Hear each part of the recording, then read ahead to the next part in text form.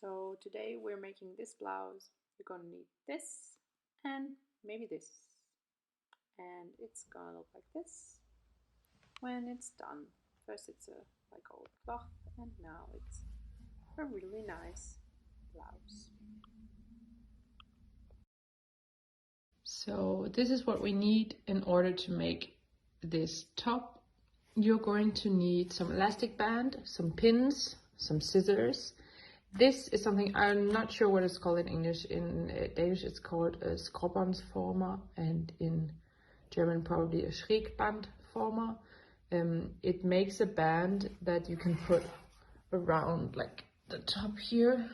The band will look like this on one side and then open up on the other side, but I'll show you when we get to it.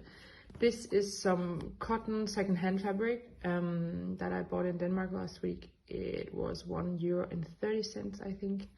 And the elastic is for the sleeves. So you can see it goes like this. Well, let's get started.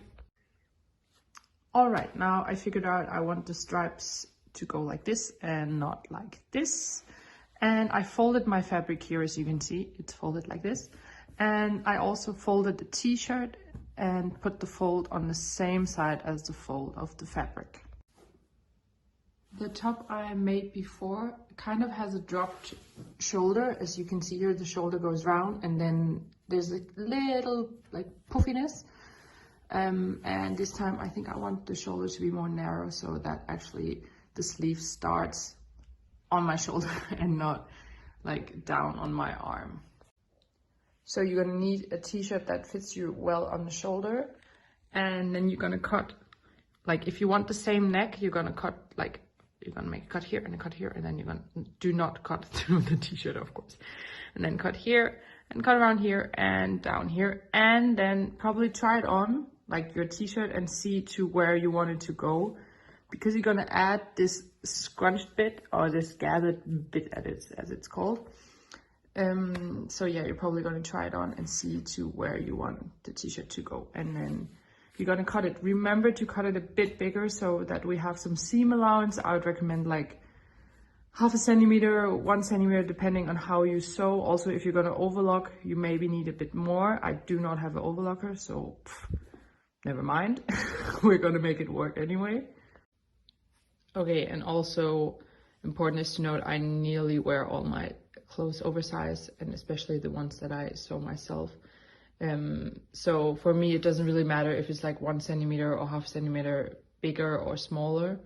But of course, if you want it to fit tight, you have to like really measure it, and also take note of how wide your chest is, because then you're gonna need a bit more space up here. Yeah, but this thing I'm doing today is an oversized top like I showed you, and it's gonna work out great, hopefully.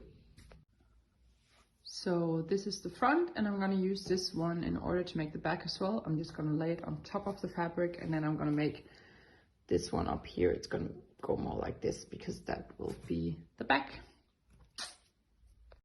Okay, so now we have the front and the back.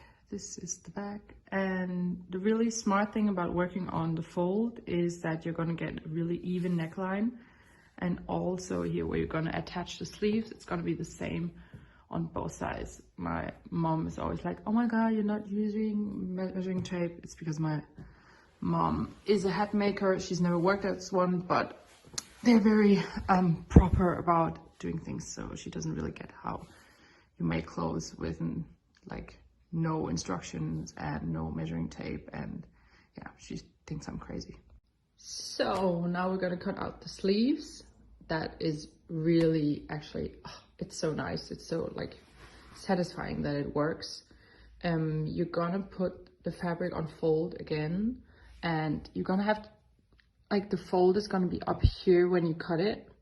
So I'm gonna show you in the next video how it looks. Another really smart thing about working with secondhand fabric is that it's already been washed like so many times, and it's not gonna like change when you wash it after you've sewn it, and it's also not gonna like, the color is not gonna come off on the other things that you are working with, which is a plus. All right, I'm not gonna do a big puff for the sleeve today. As you can see on the other one, it's also just like a tiny one. Here in the back it's a bit more. But if you want to do that, you'll have to make the sleeve like bigger than the thing it's going to be attached to, of course. So first I'm going to show you how this one works, and then I'm just gonna talk to you about how you're going to do if you want to puff at the top. So as you can see, here's the fold, the neckline is here, this is the shoulder, here is the sleeve going to be attached to. It goes all the way here until there. It's smart if you make like a little incision, if you have a t-shirt that goes like this, where it's not like sure where the sleeve will start. So you're going to cut here and all the way to like measure how long your arm is, or just like lay your arm down and then figure out how long you want the sleeves. I also really like yesterday I made a long sleeve, but I also really like it when it's on like, do you call it 3/4? I don't know. When it's like nearly as long as your arm. I think it looks really nice. Also short sleeves look really cute as well. You decide. That's a good thing when you sew. You can decide. If you want to make the puff at the top of the sleeve, so it's going to be like puff, I don't always do it because I have really wide shoulders. So when I do a puff, like my shoulders like go even wider. But if you want to do it, you have to do the sleeve bigger. So I would probably cut it around here. And then when you sew, it's going to be like the same when you gather. Actually the same as we're going to do down here. So if you want to do the puff, cut it bigger, and I'm going to show you later how to do the gathering part. This is the sleeve. It doesn't even look like a sleeve. So this is the round thing that attaches to the middle part, and we're gonna make in the end this. As you can see, it's gonna go like this.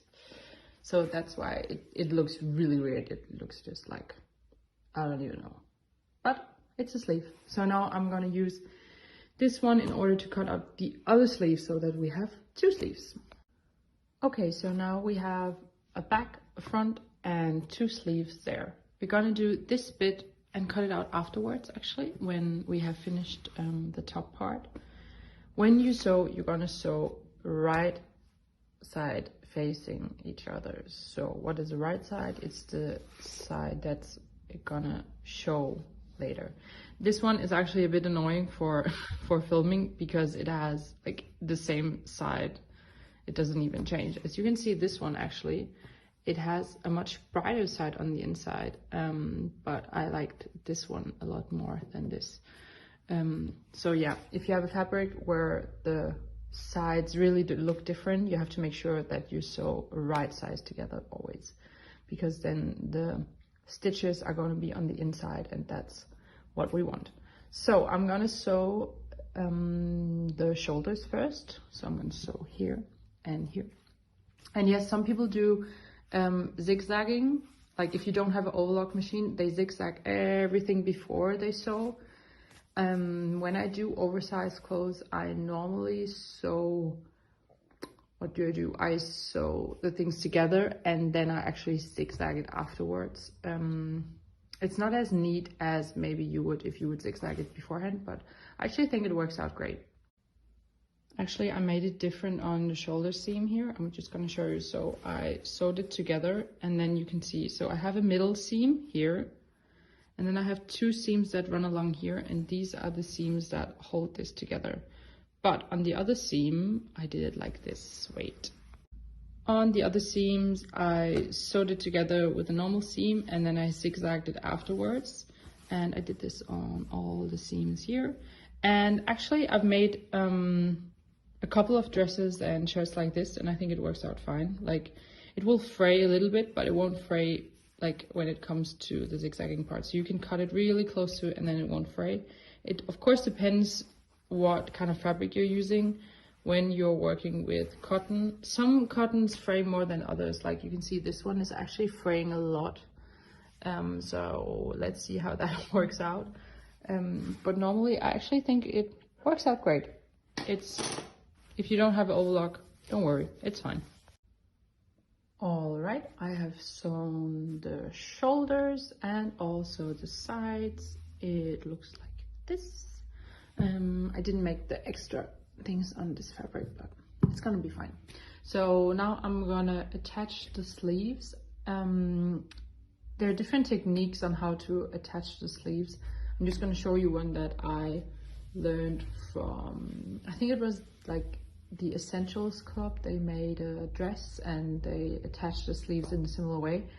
And I think it works out great. I've tried it before, like finishing the sleeve first and then attaching it, and it just turns out really weird.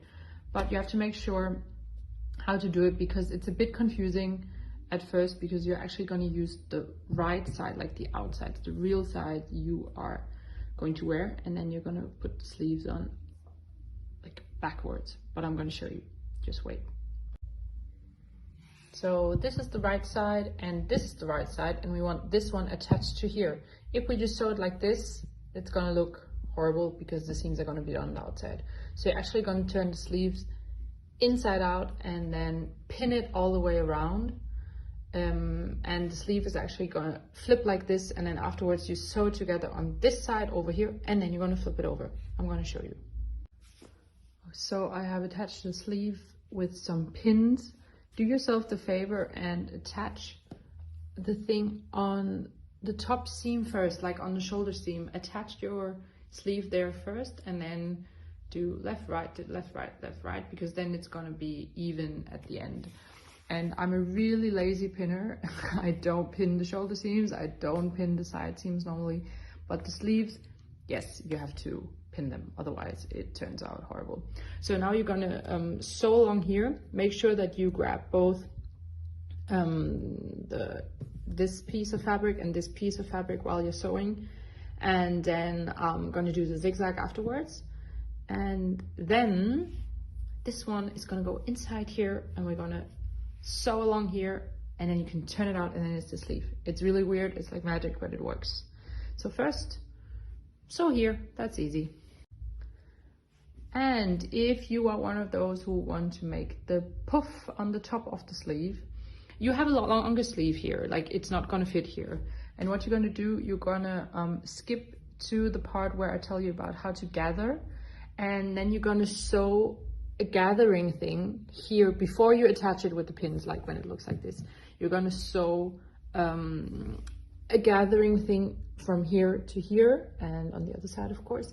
And then you're gonna like gather the fabric there, and then attach it to the sleeve afterwards, because then it's gonna fit, and the gathering part will be up here, which will make the puff.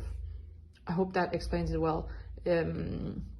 Otherwise, there are lots of guides on YouTube or Instagram that you can look how to make like a puffy sleeve. It's not that hard actually. When you understand the gathering part, which you're gonna do for this part, you can almost like gather everything and attach it to every part. It's easy, I promise. The sleeve is attached here now, and now we're gonna put all of this inside of the sleeve actually. So you have one side of the sleeve here and other one here, and we're gonna put the blouse into the sleeve and sew along here. And now we are going to do rolled hem on this. You're gonna turn it inside out. If you haven't done a rolled hem before, it's really easy. It's a way to hide this on the inside without using bias tape or zigzagging or anything. And then afterwards, we're gonna scrunch it a bit. You're gonna turn your thing inside out so that all this is inside.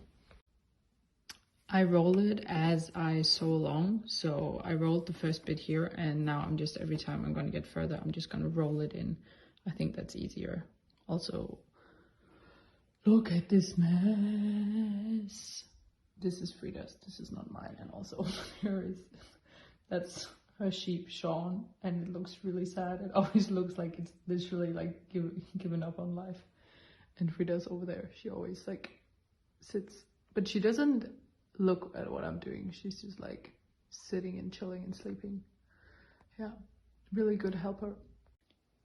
So for a rolled hem, you will roll this one in and then again, because then, yes, you can see this one is going to be inside when you sew along here, and it's going to be hidden, and you're going to do that all the way around. It's going to make a nice finish on it. And then we're gonna attach the elastic band, which is very exciting because then you can kind of see how it's gonna look in the end. So this is the rolled hem. It looks nice. This is the inside and this is the outside. So now we're gonna attach the elastic band. You're gonna see how far up you want it. I think yesterday on the other blouse I did like 5 to 7 centimeters. I didn't even really measure it because that's just how I am. You're gonna cut an elastic band that fits like nicely around your wrist. Do not do it tight, otherwise like it's gonna gather anyway. It's gonna look like it fits tight. Do not do it tight around your like your wrist. It's super annoying. So yeah, find a piece of elastic band, cut it that it fits comfortably, and then a little bit more because you're gonna sew it, right? So you always need a little bit more. This is my piece of elastic band. It's around, I think, 18.5 centimeters. It's smart if you use the same on the other side, like for the other sleeve. Otherwise, it's gonna be like, one is gonna be really scrunched and then the other one isn't. So we're gonna attach it to the sleeve. Working with stripes can sometimes be really annoying because the perfectionist in you wanted to add up perfectly. Forget about that, doesn't matter. At least not for this project, or yeah, you don't have to do it. But it's really nice when you add the elastic because you can follow along the line. So what you're gonna do, I just attached it here now. So when you sew, you're gonna hold this one real like tight like this, and then you're gonna sew along, and that's gonna make it scrunch. So yeah, and then also when you sew, I'm gonna sound like really bad, like coach now, just commit to your sewing, like do it. It's gonna be nice. Even if it's gonna be ugly afterwards, you learn something, it's fine. Like, sew whatever the hell you want, wear whatever the hell you want. Everyone can say, oh my god, it looks like, I don't know, a cloud or something.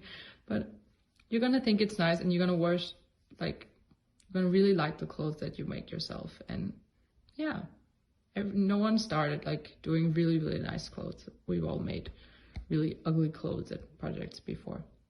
It's okay. Ta-da! The sleeve now looks like this. It should look like this. So I turned it, of course, this is the right side facing out.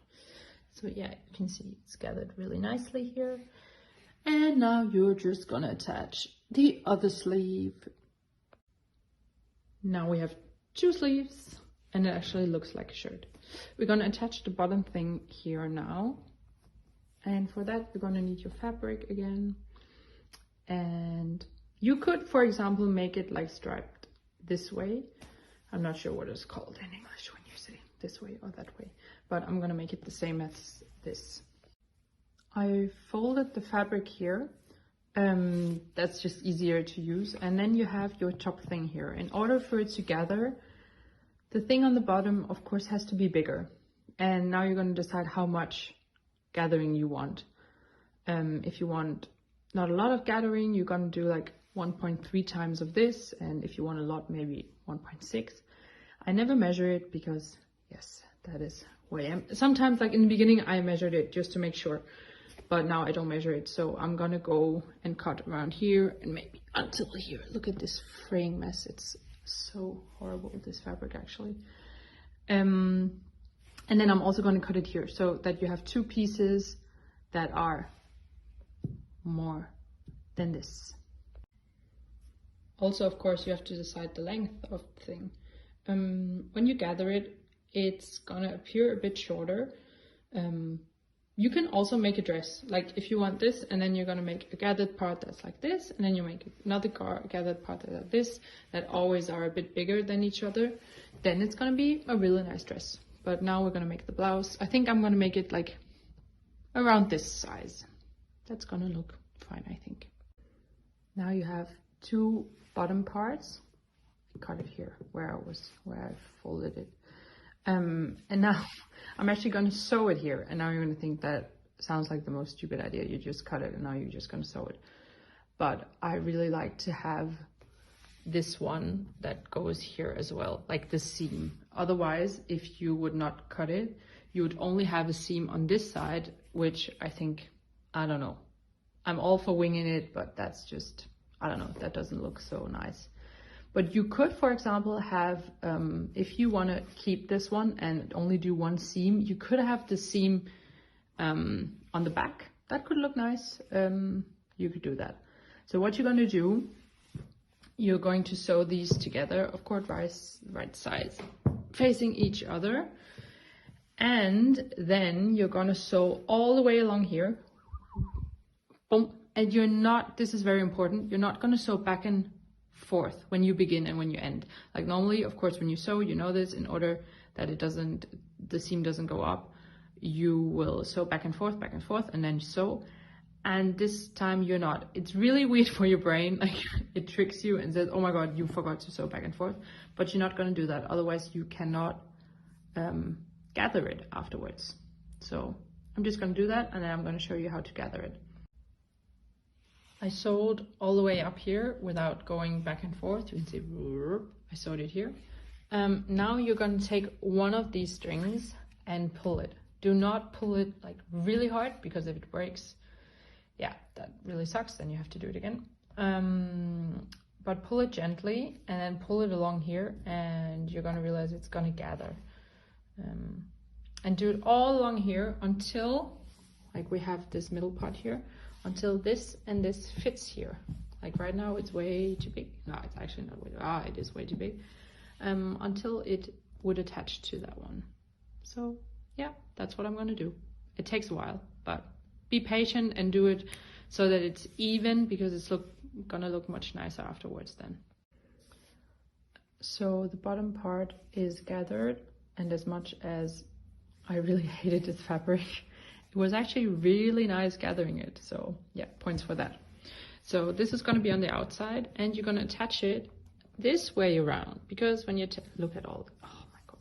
So you're going to sew along here, and make sure to sew it so that, like up here, because if you sew it down here, then it's going to look horrible. So sew it up here, and then afterwards, when you've sewn all the way around, you're going to sew this part and this part together, and then afterwards you're going to make a really nice little extra seam. You turn it around, and then it's going to look like this, and then we're going to do an extra seam here if you want to, but I think it looks nicer because then it kind of holds it down, so it doesn't like stand up like this. It's going to hold it a bit down. And then we're going to do a rolled seam here, the same as you did on your sleeves. And then actually we're nearly done. You can do a rolled seam up here, or you can use bias tape. And you can make your own bias tape out of the same fabric. I'm not sure what I'm going to do yet. I'm going to decide when I'm done with this. So now you're done, and I actually attached some bias tape at the top. It looks really nice. Enjoy!